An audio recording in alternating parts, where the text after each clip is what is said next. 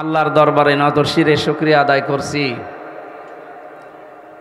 ওয়াদানা আনকা ওয়িজরাক আল্লাযী আনকাযা যহরাক। ১৫০০ বছর আগে আয়াতটা নাযিল হওয়া।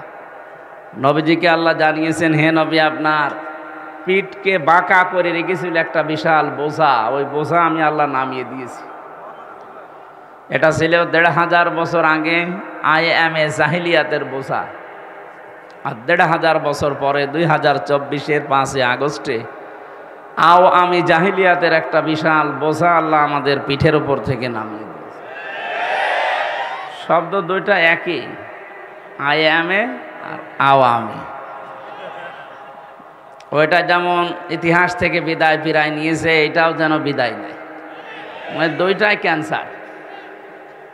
আয়ামে জাহিলিয়াত থাকতে মেয়েদের অধিকার ছিল না, শ্রমিকের অধিকার ছিল না, বৈষম্য ছিল, কথা বলে না কেন, সংশোধন ছিল না। এই যে বিষয়গুলো ছাত্র এবং জনতা মিলে বাংলাদেশে কায়েম করার জন্য ৯টা দফা দিয়েছিল। এরা বৈষম্য দূর করার জন্য যে সমস্ত দফা দিয়েছিল তার ভেতরে কোরআনে কারিম থেকে আমি 3টা পেয়েছি। সূরা নাহালের ৯০ নম্বর আয়াত থেকে। আমরা যেহেতু ওই আলোচনায় না, আমার আজকে তাফসির মাহফিলে আপনারা লিখে দিয়েছেন, নির্ধারিত আয়াতের ওপরে আমরা তাফসির করব, এই জন্য ওদিকে যাচ্ছি না। তারপরে কোরআনে কারিম কেন্দ্রিক যে কথাগুলো আছে আমি টাচ দেব ইনশাআল্লাহ। যে আল্লাহ আমাদেরকে এরকম একটা বিশাল বোঝা নামিয়ে আমাদের মাজা সোজা করার মতো, পিঠ বাঁকা হয়েছিল, এটা সোজা হয়ে মেরুদণ্ড সোজা করে দাঁড়ানোর মতো একটা সময় দিলেন, সুযোগ করে দিলেন। এটা যেন স্থায়ী হয় সে ব্যবস্থা করা লাগবে। এ নিয়ামতের শুকরিয়া যদি এভাবে আদায় না করেন, আজকের তেলাওয়াতকৃত আয়াতে দেখবেন অনেকগুলো তথ্য বের হবে বাংলাদেশ সম্পর্কে ইনশাআল্লাহ। আল্লাহ কোরআনে কারিমকে সহজভাবে উপস্থাপন এবং বোঝার তৌফিক আমাদের দান করেন। যিনি এই ময়দানে আসরের পর থেকে মাগরিব পর্যন্ত সময় আমাদেরকে দিলেন, খুশি হয়ে বলেন আলহামদুলিল্লাহ। কোরআন যারা শুনতে এসেছেন, 2টা হুকুম আল্লাহর, ফাসতামিউ লাহু আনসিতু, চুপ থাকা লাগবে, শোনা লাগবে। তাহলে কয়টা শর্ত পেলাম কোরআন শুনতে বলেন তো? শুনতেও হবে, চুপ থাকা লাগবে, 2টাই নফল, ফরজ। বলেন বলেন। ফরজ তরক করলে কি হয় জানেন? ৭,০০০ বছর জাহান্নামে থাকা লাগে। এই জন্য শুনতে আসলাম কি আর এখন কি করছি, যেন কষ্ট হলেও চুপ থাকবেন। কথা তো বলা যাবেই না, চুপ থাকবেন আর শুনতে হবে দিলের কান এবং এই বাইরের বাহ্যিক কান দিয়ে। আল্লাহ আমাদেরকে আয়াত মেনে চলার তৌফিক যেন এখন থেকে দান করেন। আমরা যারা বলতে আসি, আমাদের কিছু দায়িত্ব আছে। আমাদের দায়িত্ব কি? আল্লাহ পাক বলেন, কিতাবুন উনজিলা ইলাইকা ফালা ইয়াকুন ফি সাদরিকা হারাজুম মিনহু লিতুনযিরা বিহি ওয়া যিকরা লিল মুমিনিন। কিতাবুন, আল্লাহ বলেন একটাই মাত্র কিতাব পৃথিবীতে আমি আপনার কাছে দিলাম, শুধু সোমা খাবেন আর মাথার উপরে রেখে দেবেন। এটা ক্লাস চলছে পাশে, ভার্সিটি না, বিশ্ববিদ্যালয়ে যেভাবে ক্লাস নেয় ওনারা তো উন্নত ক্লাস নেয়, আমরা ছোটখাটো ক্লাস নিচ্ছি। জবাব দেবেন 1, 2, 3, 4 এর ছেলে মেয়েরা যেভাবে বুঝলেও জবাব দেয়, না বুঝলেও দেয়, ওইভাবে দেবেন। একেবারে ঠিক বলে উঠবেন, ঠিক আছে?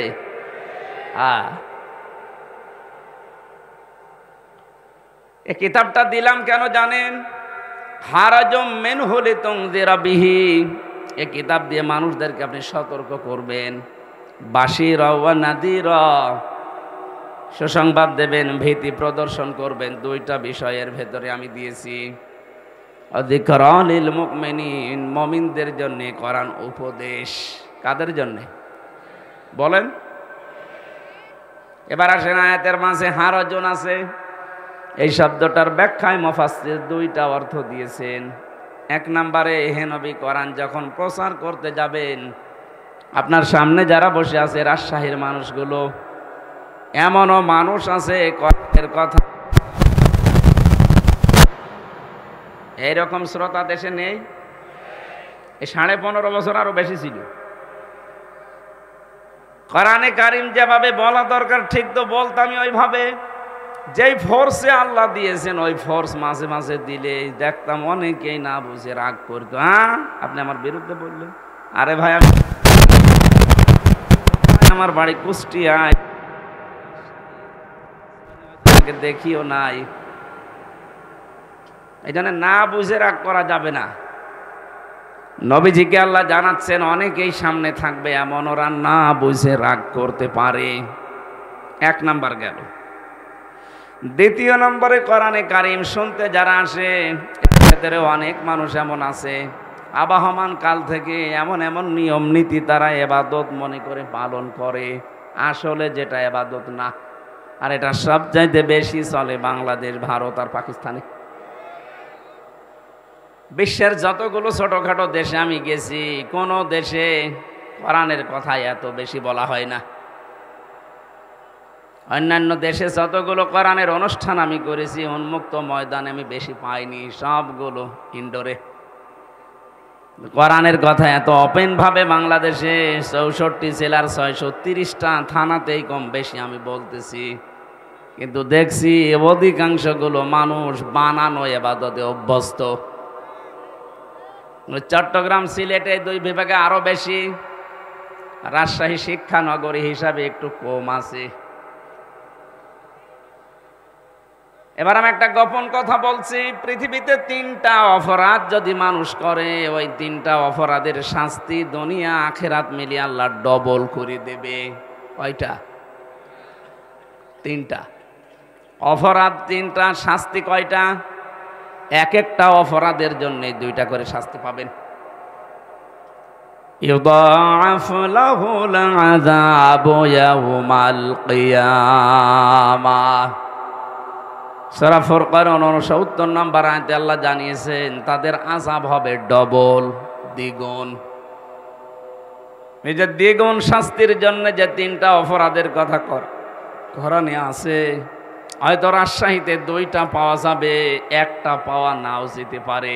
দেখেন তো, ওয়াল্লাযীনা লা ইয়াদউনা মা'আল্লাহি ইলাহান আখার, যারা আল্লাহর সাথে অন্য কাউকে ডাকে, আল্লাহকে ডাকে না তা না, ডাকে মা'আল্লাহি ইলাহান আখার, আল্লাহর সাথে অন্য কাউকে জুড়ে দেয়।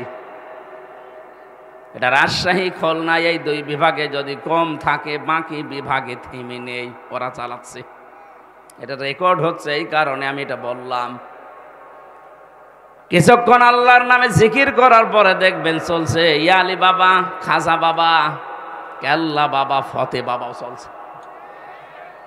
কেল্লা বাবা, ফতে বাবা, আল্লাহর 5000 নামের ভেতরে একটা নামও আছে। আর আসতে বলেন, তাহলে আল্লাহর নামের পাশে অন্য কাউকে যারা জুড়ে ডাকে বুঝতে হবে তাদের শাস্তি হবে ডবল। আমি নাম ধরে সতর্ক করছি এই জন্যে, কারণ 4 শ্রেণীর মানুষের নাম ধরা যায় যাচ্ছে। জাতিকে যারা প্রকাশ্য শিরিক এবং বেদাতের ভেতরে নিমজ্জিত করতে চায় তাদের সম্পর্কে জাতিকে সতর্ক করার জন্য নাম ধরা যায় যাচ্ছে, এটা গীবত নয়। তার 1 নম্বরে আমার তাহেরি ভাই এই যে জিকিরগুলো বানিয়েছে, বলেন তো, এই যে কেল্লা বাবা, ফতে বাবা, আর আমার মনে হয় আগা থেকে গোড়া পর্যন্ত পিটানো দরকার। কোথায় পেয়েছেন ভণ্ডামি? মানুষও পাগল। আরে ভাই, কমন সেন্সের কমন বাদ দিলে সেন্স থাকলেও তো কেল্লা বাবার জিকির করা আপনার ঠিক না। কিসের কেল্লা, কিসের ফতে? আপনার জিকির হবে শুধুমাত্র কার নামে? আরো জোরে বলেন, ওয়ালিল্লাহিল আসমাউল হুসনা ফাদউহু বিহা। আল্লাহ পাক বলেন আমি আল্লাহর বহু সুন্দর সুন্দর নাম আছে, যে নামে পারো ডাকো। ওয়াদারুল্লাযীনা ইউলহিদুনা ফি আসমাই, কিন্তু আমি আল্লাহর নামকে যারা এলহাদ করে, যারা পরিবর্ধন করে দেয়, যারা উলট পালট করে দেয়, কম বেশি করে ডাকে, তাদের সামনে তোমরা ডাকবা না। না, ডিস্টার্ব হয়ে গেল। রাজশাহীবাসী কোরআনের কথা যত অ্যাক্টিভ ভাবে শুনবেন, অবশ্যই আপনাকে আল্লাহ এখান থেকে একটা না একটা কিছু দেবেই। তাহলে আজকে থেকে শুধু শুনতে আসলাম তা না, সিদ্ধান্ত নিয়ে যাওয়া লাগবে। আল্লাহর সাথে যারা অন্য কাউকে ডাকে, সে না বুঝে ডেকে জাহান্নামে যেতে পারে, আমি না। কথা বলে না কেন? সারা বাংলাদেশ এটা ছড়াবে কালকে। সবাইকে আহ্বান জানাচ্ছি, তাহেরি হোক আর তাহেরির বাবা হোক, যদি আল্লাহর সাথে অন্য কাউকে ডেকে জিকির করে, তার সাথে ডাকা যাবে না। যদি ডাক দেন, আপনার শাস্তি হবে দ্বিগুণ। এটা আমি বানালাম। সূরা ফুরকান 19 নম্বর পারার 5 নম্বর পৃষ্ঠার 1 নম্বর লাইনের 1 নম্বর আয়াতের প্রথম অংশে আছে। যত তাফসীর পাওয়া যায় বাংলাদেশে দেখবেন এই বাংলায় লেখা আছে এইটাই। দ্বিতীয় নম্বরে যদিও ইমাজ ভাই বলে ফেলেছেন হালকা, আমি টাচ দিচ্ছি, ওয়াল্লাযীনা লা ইয়াদউনা মা'আল্লাহি ইলাহান আখারা ওয়ালা ইয়াকতুলুনান নাফসাল্লাতী হারামাল্লাহু ইল্লা বিল হক। আদালত কর্তৃক, বিচারালয় কর্তৃক যদি সিদ্ধান্ত ফাইনাল না হয়, আন্দাজে কাউকে মারা যাবে না। যদি কেউ মানুষ হত্যার সাথে জড়িত হয়, তার শাস্তি হবে কয়টা? আরো জোরে বলেন। এ পৃথিবীতে যারা মানুষ হত্যার সাথে জড়িত, আপনি তাদের দিকে তাকান, কি ঘৃণিত করে দিয়েছে আল্লাহ। হিটলার, চেঙ্গিস খান, কথা বলছেন না কেন? 2024-এ 5 আগস্টের আগ পর্যন্ত 2006-এর অক্টোবর 28 তারিখ থেকে শুরু করে যত হত্যা হয়েছে, এর সাথে যারা ডাইরেক্ট ইনডাইরেক্ট জড়িত, তাদেরকেও আল্লাহ চেঙ্গিস খানের মতো ঘৃণিত করে দেবে। হিটলার, চেঙ্গিস খান যদি ওরা গণহত্যার সাথে জড়িত হয়, তে আপনি কি? আপনার জন্য 2332 জন মানুষ হত্যা হয়েছে, একটারও কারণ আপনি দর্শাতে পারবেন না। শুধুমাত্র নিজের অবৈধ চেয়ার ঠিক রাখার জন্য আপনি এই কাজ করেছিলেন। এটা যদি রাজনৈতিক মঞ্চ না, আমি বলছি না, কিন্তু আমি স্পষ্ট করতে চাই, 8, 14, 18 এবং 24 পর্যন্ত যারা নির্বাচনের নামে প্রহসনে চেয়ারে বসেছিলেন, তাদের প্রধানমন্ত্রী বলা, সাবেক প্রধানমন্ত্রী, সাবেক এমপি, সাবেক মন্ত্রী বলাও জায়েজ না। কারণ এরা ভোট চোর, ভোট ডাকাত। ডাকাতকে, চোরকে যদি আপনি সম্মান দেন, হাদিস, কোন জালেমকে যদি কেউ সম্মান দিয়ে ডাকে, সম্মান দেয়, সঙ্গে সঙ্গে আল্লাহর আরশ কাঁপতে থাকে। এ 15.5 বছরে যে মানুষগুলো মানুষের অধিকার নষ্ট করেছে, এরা আল্লাহর ভাষায় জালেম। কথা বলেন না কেন? জালেমদেরকে কেউ যদি জেনে শুনে সম্মান দেয়, সম্মান দেখায়, সে যেই হোক, আল্লাহর আরশ কিন্তু কাঁপবে। এই জন্য এদেরকে আমার যতটুকু ধারণা জ্ঞান, এদেরকে প্রধানমন্ত্রী বলা, সাবেক প্রধানমন্ত্রী বলাও ঠিক। সাবেক বলা যায়, কারণ এর আগে একবার ছিল, ওইটা নাই, ঠিক আছে। কিন্তু বাকি এই 3-4 বারের, উনি এখন বিশ্বের মডলদের কাছে শুনছে, বিভিন্ন জায়গায় শোনাতে চায় যে আমরা নির্বাচিত ছিলাম, আমাদেরকে নির্বাসন দেওয়া হয়েছে। এরকম একটা ডাহা মিথ্যা কথা একটা হাসি মানুষ আপনি বলতে পারলেন? এটা ডাহা মিথ্যা কথা না? এই 15.5 বছরে বাংলাদেশে নির্বাচন হয়েছে, কোন শয়তানও বিশ্বাস করবে না। আমার মনে হয় কোন ঘোড়াকে যদি জিজ্ঞাসা করেন, ঘোড়া পর্যন্ত হাসবে। একটা কথা বলবি, নির্বাচনের আগে যারা ঘোষণা দিয়ে দেয় 154 জন, দিনের ভোট যারা রাতে করে, এ মানুষগুলো নির্বাচিত হওয়া এই শব্দ বলে কোন লজ্জায়? আপনি মিথ্যা বলছেন বলেন, কিন্তু হাসি নামটা কেটে দিয়ে বলেন, কারণ আমিও হাসি।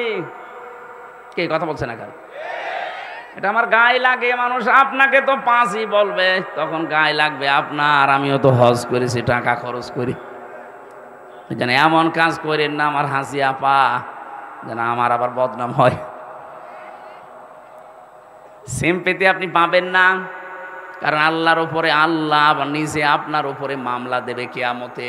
ইন্নামাস সাবিলু আলাল্লাযিনা ইয়াযলিমুনান নাস। আল্লাহ পাক বলেন অবশ্যই আমি নিজে মামলা দায়ের করব যারা মানুষ হয়ে মানুষের উপরে জুলুম করে। এই 15.5 বছরে যে জুলুম হয়েছে তার নিজের প্রমাণ তো আমি নিজেই। কথা বলেন না কেন?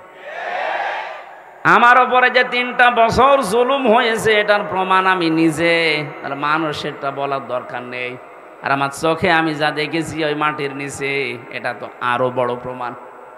আপনার এই দেশে যদি কিছুই না করে থাকেন, শুধু আয়না ঘরের সাথে যারা জড়িত তারা আল্লাহর মামলার আসামি। মানবতার কত লঙ্ঘন হয়েছে আপনি জানেন? সাদা চামড়ার মানুষগুলো মানবতার কথা শুনলে অনেক চুপসে যায়, যে মানবতা লঙ্ঘন হয়। এ 15.5 বছরে কি মানবতা লঙ্ঘন হয়েছে আমি নিজের চোখে দেখে এসেছি। এত বড় বড় নখ হয়ে গেছে এক একজনের, চুল দাড়ি গপ, মনে হচ্ছে জঙ্গল থেকে একটা লোক বেরিয়ে আসতেছে। রাতের বেলা যখন নিয়েছে তো মাঝে মাঝে কান্নার আওয়াজ পেতাম ওই মাটির নিচে আয়না ঘরে। আমি তো মাত্র কয়েকদিন 10 দিন মতো শুনেছিলাম নাকি এখানে, এবং ওই পুরাতন আয়না ঘর যেটা কেউ 8 বছর 10 বছর 14 বছরও পড়ে আছে, দুনিয়ার কেউ জানে না। যে সময় কান্নার আওয়াজ পেয়েছিলাম মাঝে মাঝে যাবার সময় জিজ্ঞাসা করতাম, ভাই কি পরিচয়, কি নাম কি? আস্তে করে আওয়াজ আসতো। চোখ যখন একটু খুলে দিত দেখতাম এখানে লিখাই যে এত বড় বড় নখ। নখগুলো দিয়ে দেওয়ালের সাথে খসিয়ে খসিয়ে মোবাইল নাম্বারটা লিখেছে, আর নিচে ভাঙা ভাঙা অক্ষরে লিখেছে, ভাই যদি বাইরে কেউ যেতে পারে এনে নাম্বারটা জানাবেন যে আমি বেঁচে আছি। আপনি বলছেন, এখন বলেন আমি কি করেছি? কি করেছি মানে আপনি কি করেছেন দুনিয়ার মানুষ জানে না। তাই যারা জানে তারা যদি এখন সবাই আমার মতো মুখ খুলতে আরম্ভ করে, কুকুরকে মানুষ আর কি ঘৃণা করে, তার চাইতে বেশি ঘৃণা করবে আপনাকে। মুফতি ফখরুল ভাই আমাকে বলছিল যে হামজা আপনার সাথে কি করে আমি জানি না, তবে আমার এই পায়ের ভেতর দিয়ে হাত দিয়েছিল, এই যেখানে এইভাবে।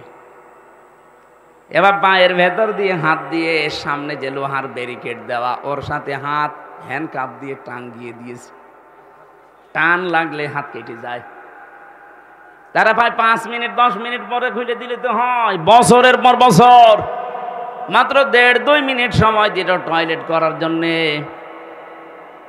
পচা ছোলা কয়েকটা দিয়ে যেত সকালে, তাও 1 মুঠ মতো। দুপুর বেলায় 1 মুঠ খাবার দিয়েছে, তাও মনে হচ্ছে 4-5টা তরকারি দিয়ে কেউ মাখিয়ে দিয়েছে। পারলে খান, না পারলে রোজা রাখেন। 5 দিন 10 দিনই তো মানুষ অস্থির হয়ে যাওয়ার কথা, কারণ এদিকে 3.5 হাত, এদিকে 1.5 হাত, এতটুকু জায়গা। আর একটা মানুষ সেখানে পড়ে আছে 14 বছর। অবশ্য সুবহানাল্লাহ, ওর মাথা তার মানে পুরাই কেটে গেছে। ও পাগল, ওইটা ঠিক আছে। কি ভয়ঙ্কর অবস্থা বলেন তো! বর্ণনা শুনি আমার এখন নিজেরই ভয় করে, অথচ আমি কাটিয়ে আসলাম 3টা বছর। শরীরে এখন বিভিন্ন রকমের রোগ আজ বাসা বেঁধেছে, এমনি না। এখনো পর্যন্ত আমি স্বাভাবিক না, স্বাভাবিক হতে আমার সময় দেওয়া লাগবে। আল্লাহ রাব্বুল আলামিন বলেন, জালেম যারা আমি এত রেগে থাকি তাদের প্রতি, নিজে কিয়ামতে তাদের বিরুদ্ধে আমি মামলা দায়ের করব। বিচারক আমি নিজে, মামলার বাদীও আমি নিজে। আপনার কি মনে হয় বলেন তো? আমাদের বিরুদ্ধে যদি সলিমদ্দি গলিমদ্দি কেউ মামলা দিত, আমার 3 দিনের বেশি রাখতে পারতো না। কারণ আমি যে জায়গায় ছিলাম, বাংলাদেশের শ্রেষ্ঠ ধনী যারা, তাদের ভেতরে একজন আকিজ গ্রুপ, নাম শোনেননি? আমি তাদের খতিব ছিলাম। কয় টাকা লাগবে আপনার? কিন্তু আমার এমন মানুষ মামলা দিয়েছে যিনি দেশ চালাচ্ছে। এই জন্য টাকা দিয়ে দোকানে কাজ না। মামলাটা কতবার সিএমএম কোর্ট, জজ কোর্ট, হাইকোর্টে তুলেছে, বলে না হবে না, লাল দাগ মারাজ। অথচ কয়েকদিন আগে ওই মামলাটা তুলেছিলাম, পুরাটা খারিজ করে দিয়েছে। বিচারপতি এভাবে মামলার নথি হাতে নিয়ে বলছে, কি দেখে বিচার করব, এর তো কোনো মাল নেই, যান সব খালাস করে দিলাম। বলতে গেলাম যে স্যার এটা তো 3 বছর আপনার হাতেই ছিল, তখন তো বলেন যে মানে মাল নেই, এখন বলছেন মাল নেই। এইটাই বলতো যে হুজুর কিছু করার নেই, আমার হাত বাঁধা ছিল। কথা বলেন এখন, আমার হাত বাঁধা ছিল, এই জন্য আমি কিছু করতে পারি না, এখন হাত খোলা আছে। যত মামলা এরকম বানানো মিথ্যা আসবে, আমি কি সাক্ষীও দেখব না, দেখলেই বুঝতে পারি যে এটা বানানো নাকি। কি মামলা আমি পড়েছিলাম, আমার সাথে একজন ছিল, বলছে হুজুর ঘরে ঘুমিয়েছিলাম, ঘর থেকে তুলে আনলো, চোখ খুলে দেখছি আমি কি গো থানার গারদে। আমার এখনো ঘুমের ঘর কাটে নিয়ে ঘুমে অবস্থায় থানার গারদে। পরে জিজ্ঞাসা করছে আমি কোথায়, থানায়। কেন? গাছ কেটেছিস। কখন? স্বপ্নে। কি চলছিল বলেন দেশে, এই চলছিল। এক একজনের নামে মামলা কত 313টা পর্যন্ত পেয়েছি, 570টা মামলা দিয়েছে একজনের নামে। আমারও বলছিল রিমান্ডে যা বলতে বলি এগুলো যদি ম্যাজিস্ট্রেটের কাছে না বলেন 50টা মামলা দেব। আমি বললাম যে স্যার আপনি কি মামলা বানাবেন? বলছে সব বানানো আছে, শুধু লিখে দেব। অথচ সারা 15 বছর ওরা ছড়িয়েছে যে আমরা ন্যায় বিচার কায়েম করছি। এই দেশ নাকি ন্যায় বিচারের রোল মডেল ছিল, এই হচ্ছে ন্যায় বিচারের নমুনা। এটা আমার নিজের সাথে তাই বললাম। আমার ধরা থেকে শুরু করে ছাড়া পর্যন্ত পুরাটাই মিথ্যা। ধরিয়ে নিয়ে গেল আমার বাড়ির 2 তলা থেকে, পরের দিন পেপারে দিয়েছে না ওনারা আমরা চোড়হাঁস থেকে নিয়ে এসেছি, পুরাটা মিথ্যা। আর এরপরে যে সাক্ষী 3টা বছর যত রকমের, পুরাটা কি শুরু করেছিল। আর আলেমদেরকে তোলার সময় ওরা এত ভয়ঙ্কর অবস্থা তৈরি করতো, আদালতে মাজায় দিত দড়ি, সে মোটা দড়ি, হাতে দিয়েছে হ্যান্ডকাফ, ডান্ডা বেড়ি দিয়েছে পায়ে, আবার লোহার টুপি দেওয়ার পরে বুকের ওপরে একটা বুলেট জ্যাকেট পরিয়ে দিয়েছে। ও দৃশ্য দেখে মনে হচ্ছে আরে বাবারে কি না কি, অথচ কিছুই না। এই কাজ যারা করতো আজ তাদের কিছু কিছু মানুষকে, রাজশাহী বিভাগের একজন কালকে নাকি হাইকোর্টে রিট দিয়েছে পলক সাহেব, যে আমি একজন এমপি, একজন মন্ত্রী, আমারে ডিভিশন না দিয়ে আমার জঙ্গিদের ভেতরে রেখেছে। আরে ভাই আপনাকে যে বাঁচিয়ে রেখেছে, এইটাই তো কপাল ভালো। আপনি যে কত মানুষ হত্যার সাথে ডাইরেক্ট ইনডাইরেক্ট জড়িত আপনি জানেন। এদেশে একামতে দিনের মানুষগুলোকে হত্যা করা হয়েছে বিচারিক প্রক্রিয়ায় নাম দিয়ে। যে সাক্ষীগুলো দিয়েছিল যারা, সব শোনা সাক্ষী, দেখা সাক্ষী নেই। কারণ দেখবে কি করে, জন্ম 75-এ সাক্ষী দিয়েছে 71-এ। আপনার মা বাবার বিয়েও তো হয়নি, আপনি সাক্ষী দিলেন কি করে? কোরআনে কারীম আপনাকে ধিক্কার জানিয়েছে, হাল আতা আলাল ইনসানি হিনুম মিনাদ দাহরি লাম ইয়াকুন শাইআম মাযকুরা। মানুষের জীবনে কি এমন সময় যায়নি যখন সে উল্লেখ করার মতো কিছু ছিল না? রাজশাহীবাসী যে লোকটা 75-এ জন্ম নিয়ে 71-এ সাক্ষী দিচ্ছে, ও কি সত্যি সত্যি 71 সালে উল্লেখ করার মতো কিছু ছিল? বলেন কি দেখে সাক্ষী দিতে গেলেন? আজ তামাম দুনিয়ার কাছে ঘৃণিত হয়ে গেছেন আপনি। এই জন্য মিথ্যা সাক্ষ্য যারা দেয়, আল্লাহ 24 ঘন্টা তাদের উপরে লানত দিতেই থাকে। অথচ বাংলাদেশে মিথ্যা সাক্ষীর ভরি ভরি চলছিল। কথা বলেন ঠিক কিনা? প্রতিযোগিতা আরম্ভ হয়ে গিয়েছিল টাকা খেয়ে। যে ছোট্ট একটা বর্ণনা দিলাম, বলেন তো এই অবস্থায় মানবতার লঙ্ঘন তখন হয়নি? আর এখন ওদেরকে শুধু মাজায় দড়ি না, হাসতে হাসতে নিয়ে যাচ্ছে আদালতে। ডিভিশন দেয়নি। আপনাকে ডিভিশন দেবে কোন কারণে? আপনি কি এমপি ছিলেন? আপনি তো সিলেক্টেড, ইলেকশনে না সিলেকশনে, আপনি কিসের এমপি? মিথ্যা কথা বলে নামের আগে সাবেক এমপি লিখলেই হবে। আমরা আপনাকে মানি না। বিশেষ করে 15.5 বছরে যত নির্বাচন হয়েছে সব যেহেতু অবৈধ, এমপিরা অবৈধ। যত টাকা নিয়েছেন সব টাকা ফেরত দেওয়া লাগবে বেতন হিসাবে। কথা বলছেন না কেন? এক একজনের বাড়ি, কেউ বেগম পাড়ায়, কেউ সাহেব পাড়ায়। আমি নিজে সেই দিন মালয়েশিয়া দেখে আসলাম। কি এগুলো বলছে সাহেব পাড়া? সাহেব পাড়া মানে লন্ডনে, কানাডায় আছে বেগম পাড়ার, এখানে বানিয়েছে সাহেব পাড়া। কোরআনে কারিমের কথা আমি তুলেছিলাম হারজন দিয়ে। হ্যাঁ নবী, আপনি মানুষের সামনে যখন ব্যাখ্যা করবেন, এমন এমন মানুষ আছে বানানো ইবাদত নিয়ে তারা ব্যস্ত। এই যে জিকিরের একটা বললাম, আল্লাহকে ডাকে কিন্তু পাশাপাশি অন্য কাউকে ডাকে, এর শাস্তি হবে দ্বিগুণ। কয়টা? 2 নম্বরে যারা মানুষ হত্যার সাথে জড়িত, যারা যারা করেছেন, আপনার দুনিয়াও শেষ, আখিরাতও শেষ, আপনার শাস্তি ডবল হবে। সূরা নিসার 93 নম্বর আয়াতে ভয়ঙ্কর 5টা সাজার কথা আল্লাহ দিয়েছে যারা মানুষ হত্যাকারী। অমাইয়াকতুল মুমিনাম মুতাআম্মিদান ফাজাযাউহু জাহান্নাম খালিদান ফিহা وغضب الله عليه ولعنه وأعد له عذابا عظيما। যারা কোনো মানুষকে, মুমিনকে ইচ্ছাকৃত হত্যা করে, তাদের 1 নাম্বার শাস্তি আল্লাহ দেবে পুরস্কার হিসাবে জাহান্নাম। কোথায়? আরো জোরে বলেন। সুতরাং 1628টা মানুষ ছিল বাংলার চেয়ারে। কয়টা? আরো জোরে বলেন। 1628টা চেয়ার ছিল। যারা 2 বোন পালিয়েছে ওনাদের 2টা সহ, সেই 1628টা চেয়ারে যারাই ছিল, আল্লাহর কসম প্রতিটি মানুষ এদেশে আল্লাহর মামলার আসামি। এরা মানুষ হত্যার সাথে জড়িত, ডাইরেক্ট ইনডাইরেক্ট। বাংলাদেশে কেউ যদি মুরগি চুরি করে ধরা পড়ে, তারা দেখলে মানুষ যেমন ঘৃণা করে, আমার মনে হয় দরবেশও যে বড় চোর, ওরে দেখলে এত ঘৃণা করছে না। অথচ সারা দুনিয়ার মুরগি চোর কয় টাকা চুরি করতে পারে? ও দরবেশ 7টা ব্যাংক থেকে 36,000 কোটি টাকা। আপনি এক জীবনে গণনা করেও শেষ করতে পারবেন না। তার একটা দরবেশ মানুষ, দাড়ি দেখেছেন তার?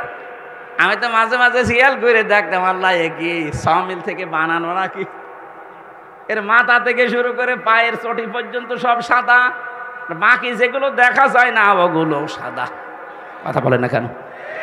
কি অবস্থা ছিল তার! সাদা মনের মানুষ, অথচ 36,000 কোটি টাকা মারেন কাটিক তার নামে।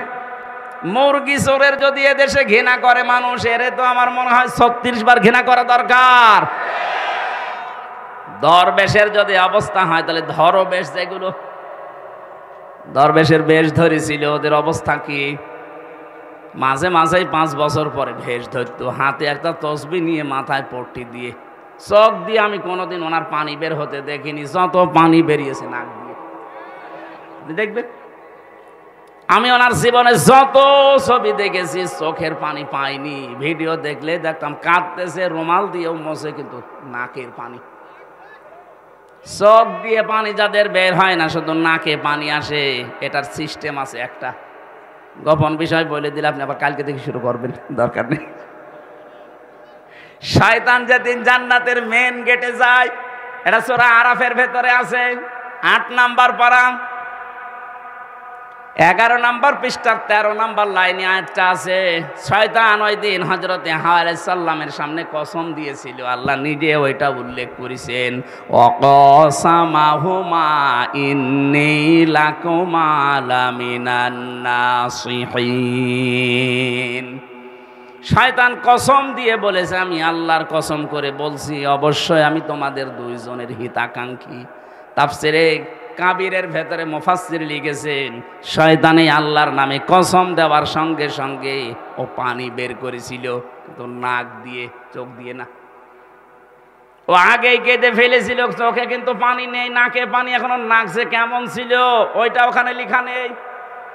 এটা তো নাক কেমন আমরা দেখতে পাই, এই জন্য নাকের পানি দেখা যায়, চোখের পানি পাওয়া যায় না। এখান থেকে একটা মাসলা বের হয়, যারা কথা বলার আগেই কেঁদে ফেলে এটা শয়তান। আপনি জীবনে যত কথা আমি শুনেছি, কথা বলার আগেই দেখবেন কাঁদে, আমার কেউ নেই কেউ নেই। তা কেউ নেই আমরা করবো কি? আমার তো মনে হচ্ছে এখন যে মেজর ডালিমকে বাইরের দেশ থেকে নিয়ে এসে দেশের প্রধান উপদেষ্টা বানানো দরকার। তাহলে আর জীবনে কোনোদিন বলবে না যে আমি শর্ট করে চলে আসবো। কারণ উনি যদি আসে চিন্তা করবে দরকার নেই, আর মরে যায়, দরকার আর স্বামীর বাড়ি মরবো। কথা বলছে না কেন? একজন তো স্বামীর বাড়ি, তোমরা নিজেরাই বলেছে যে স্বামী স্ত্রীর সম্পর্ক আমাদের। তাহলে আপনি যদি স্ত্রী হয়ে থাকেন, আপনার বোন গেছে দোলা ভাইয়ের বাড়ি, আপনি গেছেন স্বামীর বাড়ি। বাংলাদেশের বহু মানুষ আমরা বিদেশে পাঠাই, এরা যোদ্ধা। কি রেমিটেন্স যোদ্ধা? কি যোদ্ধা? উপদেষ্টা যারা আছে ডক্টর ইউনূস সাহেব, এরা সব চাইতে বেশি সম্মান আজ তাদেরকে দিচ্ছে, কারণ তাদের টাকায় দেশ চলছে। অথচ 3 মাস 4 দিন হয়ে গেল, একটা টাকাও 2 বোন পাঠাননি। কি করেন আপনারা? কেউ স্বামীর পকেট মারবেন, কেউ দুলাভাইয়ের পকেট মারবেন, অন্তত পকেট মারা টাকাগুলো তো পাঠাতে পারেন। আমরা এমনি ঋণে জর্জরিত। কথা বলার আগে কাঁদা যাবে না, এটা শয়তানের অভ্যাস। আমি যেটা বলতে চাচ্ছিলাম, মানুষ হত্যার সাথে যারা জড়িত, এই যে কতগুলো শাস্তি বললাম, কোনটা থেকে আপনি রেহাই পাবেন বলেন? 1 নম্বরে জাহান্নামে যাবেন, 2 নম্বরে খালিদান ফিহা, চিরদিন থাকবেন। কয়দিন? এদেশে একটা ভুল কথা প্রচার করা আছে যে না, যা করি করি, কালেমা তো একদিন পড়েছি, নাই 10 বছর থাকবো, এরপরে যখন বের হয়ে আসবো তখন আবার হাউজে কাউসারের পানি দিয়ে আল্লাহ গোসল করিয়ে বের করে দেবে, আগে যে হামজা ছিলাম ওই রকম হয়ে যাব। আমি জেলখানায় ঢোকার আগে 21 সালে, তখন আমার 66 কেজি ওজন ছিল, বের হওয়ার সময় 60 কেজি, 6 কেজি কমে গেছে। অনেকেই মনে করে এই যে জাহান্নামে নাই 10 বছর থাকবো, 70 কেজি হয়ে ঢুকবো, নাই 65 কেজি বের হবো। 65 কেজি বের হবেন কি করে আপনি? খালিদান ফিহা, এটা মাসদার। যারা গ্রামার বোঝে জিজ্ঞাসা করেন, মাসদার সরাসরি শব্দ আল্লাহ কোরআনে দিয়ে দিয়েছেন, ভাঙাচোরা নেই। খালিদান ফিহা, চিরকাল থাকা লাগবে। এখন এই চিরকাল কতদিন? সূরা জুমারের 19 নাম্বার 20 নাম্বার আয়াতে আল্লাহ এই তথ্যটা দিয়েছেন, কতদিন থাকবেন। এদিকে তাকান। যারা বের হয়ে যাবেন, চট করে চলে আসবেন, এই চিন্তা ভাবনায় আছেন দুনিয়ায়। জাহান্নামে এরকম না। আফামান হাক্কা আলাইহি কালিমাতুল আযাব আফা আনতা তুনকিযু মান ফিন্নার। আমার মনে হয় কোরআনের এই আয়াতটা বুঝলে অনেক মানুষ গোনাহ ছেড়ে দেবে। আল্লাহ বলেন, আমি যার উপরে বিচারের দণ্ডাদেশ, বিচারের দণ্ডাদেশ দিয়ে আমি আদেশ জারি করে দিয়েছি যে জাহান্নামে যা। আফামান হাক্কা আলাইহি কালিমাতুল আযাব, যাকে আমি আল্লাহ আযাব নির্ধারিত করে পাঠিয়ে দিয়েছি জাহান্নামে। আফা আংতা দিয়েছেন প্রশ্নবোধক চিহ্ন, ইন্টারগেটিভ সেন্টেন্স। আল্লাহ পাক প্রশ্ন দিচ্ছেন, আফা আংতা মানে হে নবী আপনি, তুনকিযু মান ফিন্নার, আপনি কি পারবেন জাহান্নাম থেকে ওই লোকটাকে বের করে নিয়ে আসতে? কে বলছেন? কাকে বলছেন? বলেন। আরে নবী যদি না পারে কাউকে বের করে নিয়ে আসতে, হামজা পারবে? আরো জোরে বলেন। কার ধান্দায় আছেন আপনি? এখনো তাওবা করার সময় আছে। তাওবা এখন করবেন কি করে? অনেকেই মনে করছে যা করেছি আস্তাগফিরুল্লাহ। না, এটার নাম তাওবার একটা বাক্য। আপনি যদি তাওবা করতে চান, অপরাধ করেছেন যার কাছে, স্বীকার করবেন তার কাছে। কথা বলেন না কেন? স্বীকার করতে যে সে যদি বলেন না আমি ক্ষতিপূরণ চাই, এই 15 বছরে আপনার কারণে আমি ব্যবসা করতে পারি নাই, আপনার কারণে আমি উপরের চেয়ারে উঠতে পারি নাই, এরকম অবস্থা ছিল না? আপনার কারণে আমার ছেলে গুম হয়ে গেছে, আপনার কারণে আমার আবু সাইদ মারা গেছে, আমি আপনাকে মাফ করতে পারি, আমার আবু সাইদকে ফেরত দিন। আমি আপনাকে মাফ করতে পারি, এই 15.5 বছরে আপনার কারণে আমার 50 লাখ টাকা লস হয়ে গেছে। আপনি বিনা কারণে মিথ্যা মামলা দিয়ে, মিথ্যা সাক্ষী দিয়ে 10 বছর নষ্ট করে দিয়েছেন। আমি ওইগুলো ফেরত চাই।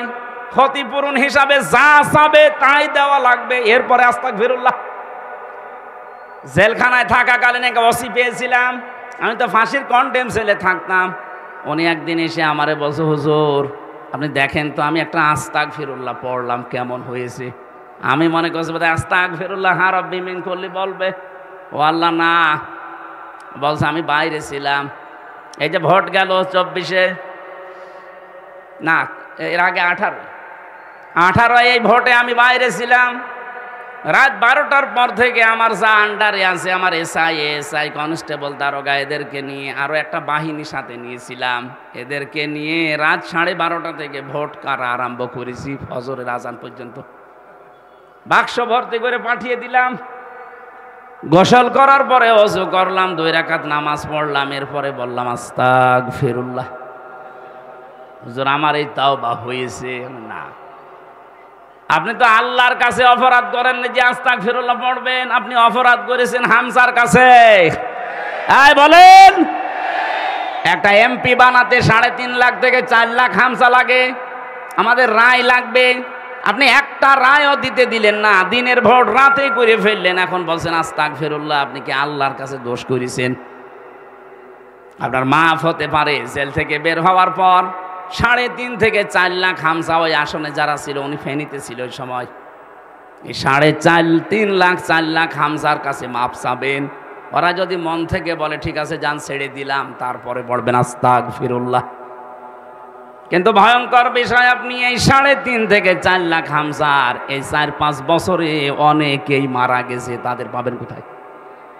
সুতরাং জালেমকে যারা, অত্যাচারী মানুষদেরকে যারা চেয়ারে টিকিয়ে রাখতে গিয়ে নিজের জীবনটাও ধ্বংস করে দিলেন, কি করলেন আপনি বলেন তো? এখান থেকে শিক্ষা কি? আল্লাহ রাব্বুল আলামিন সূরা নমল 19 নাম্বার পারা 20 নাম্বার পৃষ্ঠা 7 নাম্বার লাইনের 52 নাম্বার আয়াতের মাঝের অংশে জানিয়েছে, খুব ভালো করে শুনবেন। ফাতিলকা বুয়ুতুহুম খাবিয়াতাম বিমা যালামু। আল্লাহ জানে এই হাত দিয়ে দেখাচ্ছে, ওই রাজশাহীর মানুষরা, ফাতিলকা বুয়ুতুহুম, এই সেই ঘরগুলো।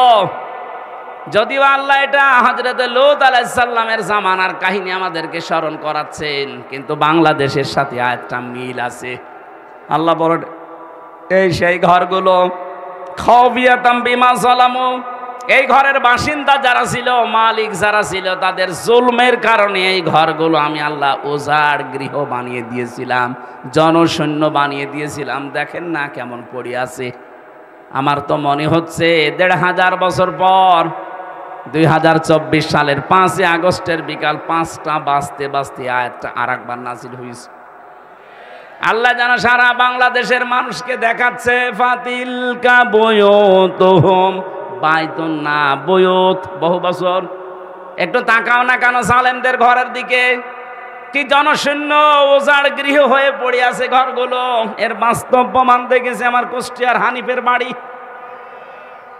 বিকাল 5টা বাজতে বাজতে একটা ইটও জনগণ রাখে নাই, টয়লেটের প্যান পর্যন্ত খুলে নিয়ে চলে গেছে।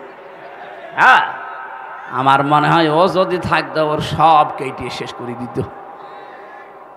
শুধু একটা, আমার তো 630টা থানায় যাওয়া হয়ে গেছে প্রায় কম বেশি।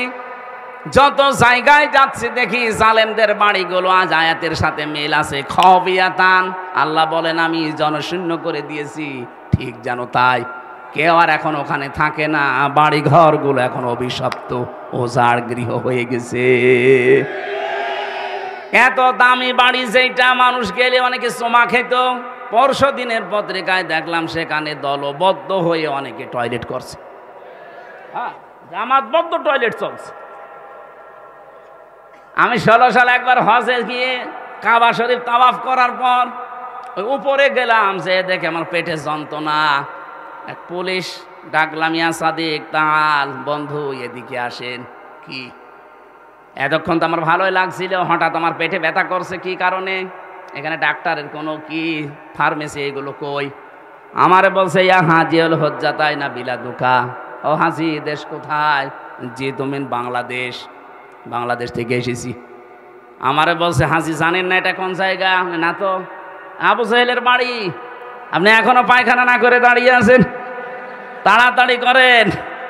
পায়খানা করে দেখে আমার পেটের যন্ত্রণা ব্যথা ভালো হয়ে গেছে। আমার মনে হয় আল্লাহ আমাকে জানাতে চেয়েছে, হামজা এত টাকা খরচ করে আসলে আরে শয়তানের বাড়িতে পায়খানা না করে চলে যাবা, তাড়াতাড়ি করো। ১৫০০ বছর পরে ঠিক জালেমদের বাড়িগুলো আল্লাহ ওই কায়দায় বানিয়ে দিয়েছে। নাই দেখেন এই পেপারে যে একেবারে হেডলাইনে ৭-৮ জন মিলে যাচ্ছে, মনে হচ্ছে জামাতবদ্ধ প্রসাব চলছে, এক একজন এক এক দিকে মুখ দিয়ে। প্রত্যেকের হয়তো পেটে ব্যথা আমার মতো নয়, কোনো মান্নত করে যাচ্ছে। কথা বলছি না কেন? আল্লাহ খবিয়াতানটা মনে হচ্ছে দেখিয়ে দিয়েছে। খবিয়াতান মানে ওজাড় গৃহ, জনশূন্য, মানব শূন্য করে দেব, শয়তান পর্যন্ত ওখানে থাকবে না, এমন ভুতুড়ে করে দেব। আল্লাহ তাই করে দিয়েছে। পরশুদিন আমার মনে হয় আমার ছিল দিনাজপুরে, ওখানে যিনি ছিল তার বাড়িটা এখন জাতীয় টয়লেট হয়ে গেছে। রাজশাহীর অবস্থাও একই। এক কথা বলেন না কেন? এর পরের শব্দটা বলার জন্য আমি এ পর্যন্ত এসেছি। এখানে আরবি গ্রামার যারা বোঝে লামে তাকিদ আছে, দেখবেন ইন্না ফি যালিকা লায়াতাল লিকাউমিন ইয়ালামুন। আল্লাহ পাক বলেন অবশ্যই এর ভেতরে শিক্ষা আছে তাদের জন্যে, যে মানুষগুলো দুনিয়া একটু জ্ঞান রাখে। কি নেবেন এখান থেকে শিক্ষা? এত বড় বড় জালেমদের 15.5 বছর এত বড় ক্ষমতাধারী মানুষ। আমি হানিফ সাহেবের নাম বললাম কারণ কি দাপট ছিল দেখেছেন। কথা বলছেন না কেন? কুষ্টিয়া সহ প্রায় 15টা জেলায় আমারে আসতেই দেয়নি। 3 বছর জেলে রাখার পর ওর স্বাদ মেটে নাই। আমার নিজের জেলা কুষ্টিয়া, অথচ আশপাশের প্রায় 14-15টা জেলায় আমারে ঢুকতে দেয়নি। বলছে অন্য হুজুর নিয়ে আসো, হামজা যেন না আসে। অন্য হুজুর এসে আপনার বাবার কথা বলবে। কোথায় গেলেন আজকে? কোথায় আছেন আপনি? খুঁজতেছে আপনাকে জনগণ, কই? না আর কোনো খোঁজ নেই। বাড়িটা এখন জাতীয় টয়লেট বানিয়ে দিয়েছে আল্লাহ। তার সম্পদাদি আজ কোথায়? কোটি কোটি কোটি কোটি টাকার মালিক ছিল। হ্যাঁ, আত্মীয় স্বজন দেশে নেই, সব কানাডায়। স্ত্রী সন্তান ছেলে মেয়ে যা আছে সব পাঠিয়ে দিয়েছে। এদেশে ছিল কোথায় আছে আল্লাহ জানে, আর সে জানে। এখান থেকে আল্লাহ লামটা তাকিদ দিয়ে আমাদেরকে জানাতে চেয়েছেন, বাংলার মানুষেরা, এরা এত বড় দাপটওয়ালা মানুষ যদি এখন জাতীয় টয়লেট বানিয়ে ফেলে বাড়িঘর জনগণ, 5 বছরের জন্য সামনে যারা আসবা এরাও যদি এদের মতো জুলুম করো, তোমাদের বাড়িঘর টয়লেট হয়ে যাবে। আমি আশা করি বুঝে ফেলেছেন। এরপরও যদি না বোঝেন এদিকে আসেন। আপনারা কোরআন দিয়ে বুখারি দিয়ে হবে না, বাকারি লাগবে। রেকর্ড হচ্ছে, এই জন্য বলছি যারা আসবেন চেয়ারে ভবিষ্যতে তারা যেন জালেম হয়ে যাবেন না, কারণ জালেমদের কোনো ছাড়। বলেন বলেন, জালেমরা মামলার আসামি কার? আমরা যদি এদেশে মামলা নাও দেয় আল্লাহ নিজে মামলা দেবে। এই দিকে খেয়াল করে চেয়ারে বসলে জুলুম করবেন না। শুধু চেয়ার মানে ক্ষমতার এই চেয়ারই না, সে যে চেয়ারে বসে আছেন ওখান থেকে, এই যে স্যার যে চেয়ারে বসে থাকে ওনার নিচে যারা কাজ করে সবাই ওনার কাছে এতিম। কথা বলেন না কেন? ইমাম সাহেব যে চেয়ারে বসে আছে ওনার নিচে যা আছে সব ওনার কাছে অসহায় এতিম। চেয়ারে বসে যদি আপনার কারণে জুলুম হয়ে যায় কারো প্রতি, ওই লোকটা যদি কিছু নাও বলে আপনি কিন্তু আল্লাহর মামলার আসামি। এটার নাম বাংলায় বলে আল্লাহবাদী কেস। কি বলে? পুলিশের কাছে বাধা দিলে পুলিশবাদী কেস হয়। আর এগুলো সব আল্লাহর সাথে সম্পৃক্ত। এজন্য আমরা যেখানে যাই করি না কেন আমার দ্বারা যেন জুলুম হয়ে না যায়, বিশেষ করে মানুষ হত্যার মতো জঘন্য অপরাধে আমরা যেন না জড়াই। 3 নাম্বার, ওয়ালা ইয়াজনুন, জেনা করা যাবে না। আর জেনার 6 লাভ চলছিল। কি অবস্থা বানিয়েছিল জেনার, এই যে সমকামিতা পর্যন্ত জারি করে দিয়েছে। কয়েকদিন আগে 4-5 দিনের খবর, কুষ্টিয়ার 2 মেয়ে তারা জোটবদ্ধ হয়েছে যে আমরা মেয়েতে মেয়েতে বিয়ে করব, যদি না দেন 2 জনই আমরা মরে যাব। কোথায় পৌঁছিয়েছে ওরা বলেন তো? অথচ এটা আল্লাহর পুরা সিস্টেমকে পাল্টিয়ে দিয়েছে। একজন নারী পুরুষের প্রতি, পুরুষ নারীর প্রতি আকর্ষণ আসবে, এটা স্বাভাবিক। মহিলা মহিলায় বিয়ে করবে, তে আমরা কি ঘাস কাটবো? জেনা থেকে বাঁচতে হলে 2টা ঔষধ খাওয়া লাগবে। ডাক্তার আছে এখানে, কতগুলো ডাক্তার ঔষধ নিয়ে বসে আছে। সূরা নূর 30 নম্বর আয়াতের ঔষধ, ভালো করে শুনেন। قُل لِّلْمُؤْمِنِينَ يَغُضُّوا مِنْ أَبْصَارِهِمْ وَيَحْفَظُوا فُرُوجَهُمْ ذَلِكَ أَزْكَىٰ لَهُمْ إِنَّ اللَّهَ خَبِيرٌ بِمَا يَصْنَعُونَ। এই 2টা ঔষধ আমি সহ যারা এখানে এসেছি এখন থেকেই 2টা ঔষধ প্রয়োগ করব। কথা বলেন ঠিক কিনা? 1 নম্বরে, হে নবী মুমিন পুরুষদেরকে বলেন তারা যেন তাদের চক্ষুকে নিম্নগামী করে রাখে।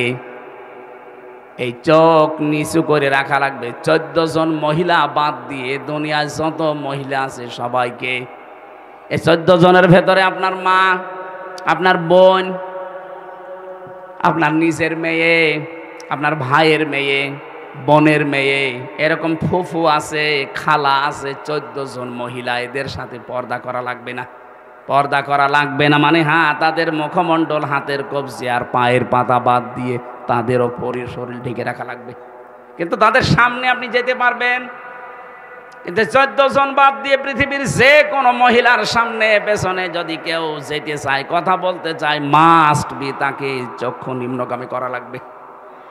এখন তো অনেকে বান্ধবীর সাথেও চক্ষু নিম্নগামী না, আরো আল্লাহর রাস্তায় দেখে নিয়ে বলে কি সুন্দর তুমি, আমি আল্লাহর সৌন্দর্য দেখছি, বলেন নাউজুবিল্লাহ। শয়তান কিন্তু বসে নেই, এইটাকে তীর হিসাবে ব্যবহার করে আপনার চরিত্র ধ্বংস করে দেবে। এজন্য আজকে থেকে আমি সহ যারা যেটা দেখা সামনাসামনি জায়েজ নেই, ওটা মোবাইলে, ওটা টিভির পর্দায়, কম্পিউটারে দেখা জায়েজ নেই। এজন্য মোবাইলে যাদের এমন দৃশ্য আছে যেটা দেখলে নিজে নিজে ভালো লাগে, আনন্দ লাগে, কিন্তু অন্য কেউ দেখলে লজ্জা লাগে, এই মুহূর্তে ওইটা ডিলিট করে ফেলেন।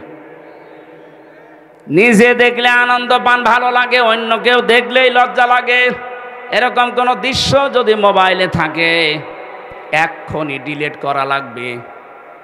কারা কারা করবেন হাত তোলেন তো। দাঁড়িয়েলা মানুষ দেখি, মোবাইল দেখি কি আছে দেখেন তো, ভিডিও ফাংশন দেখেন কি আছে, আপনি কি রাখেন মোবাইলে ডিলিট করে দিয়ে থাকলে। আলহামদুলিল্লাহ, না ওনার সৎ সাহস আছে, কিন্তু বহু মানুষ এমন এমন দৃশ্য মোবাইলে রেখে দেয়, নিজে নিজে দেখলে আনন্দ লাগে, অন্য কেউ দেখলেই লজ্জা পায়। এ আছে না? কথা বলেন না কেন? চক্ষু এটা হেফাজত করা লাগবে, নিম্নগামী। 2 নম্বরে লজ্জা স্থানের হেফাজত করা লাগবে। যেইটা আপনার সাথে বিয়ে হয়েছে ওইটাই ফাইনাল। আরে ভাই, আমাদের বিয়ে শাদী এটা শুধুমাত্র মজা করার জন্য না, নবীজি একটা বিয়ের কথাই উদ্বুদ্ধ করেছেন। কোরআনে যে 2টা 3টা 4টার কথা আছে, হ্যাঁ, এর আগের আয়াত পরের আয়াত একটু মিলান না কেন? খালি বিয়ে করা ফরজ, একটা বিয়ে ঠিক আছে, পরের যদি কেউ বিয়ে করতে চায় 1 নাম্বার দেখতে হবে অসহায় মেয়ে কিনা, 2 নম্বরে বিধবা কিনা, 3 নম্বরে তালাক প্রাপ্তা কিনা। এরকম কারণগুলো দেখে আপনি বিয়ে করতে পারেন না। কারো সৌন্দর্যে মুগ্ধ হয়ে বিয়ে থাকতে আর এক বিয়ে করা উচিত না, কারণ আপনি শেষ পর্যন্ত ইনসাফ করতে পারবেন না। আমরা যেটা বানিয়ে নিয়েছি আমাদের নিজেদের মন মতো করে, এইটা নিয়ে রিমান্ডে আমারে 10 দিনের প্রায় 8 দিন পর্যন্ত উল্টাপাল্টা প্রশ্ন করেছিল ওই মুসলমান নামে ওই নামধারী কাফেররা। আজ আমরা যদি এই কাজগুলো না করতাম, রিমান্ডে আমারে 8 দিন একাদের টর্চারটা করতে পারতো না। অথচ এটা আল্লাহ পাক কোনো দিন এইভাবে দেননি। এর আগের আয়াত পড়ে না, পরের আয়াত পড়ে না, শুধু নিসারে 3 নাম্বার আয়াত পড়ে আমারে টর্চার করেছে। বিয়ে করা যাবে 2 2 3 3 4 4 কখন যদি অসহায় মেয়ে পান, যদি বিধবা মেয়ে পান, যদি স্বামী পরিত্যক্তা মেয়ে পান। এই কথা বলছেন না কেন? এরকম মেয়ে লোক পাইলে আপনি তার অসহায়ত্বের সুযোগ নিয়ে বিয়ে করে তাকে প্রতিষ্ঠিত করেন। ওরে আল্লাহ, আমি তো মনে করছি এখনো 1 ঘন্টা আছে। আমার এই ঘরে গিয়ে নষ্ট হয়ে গেছে, 4টা বাজে।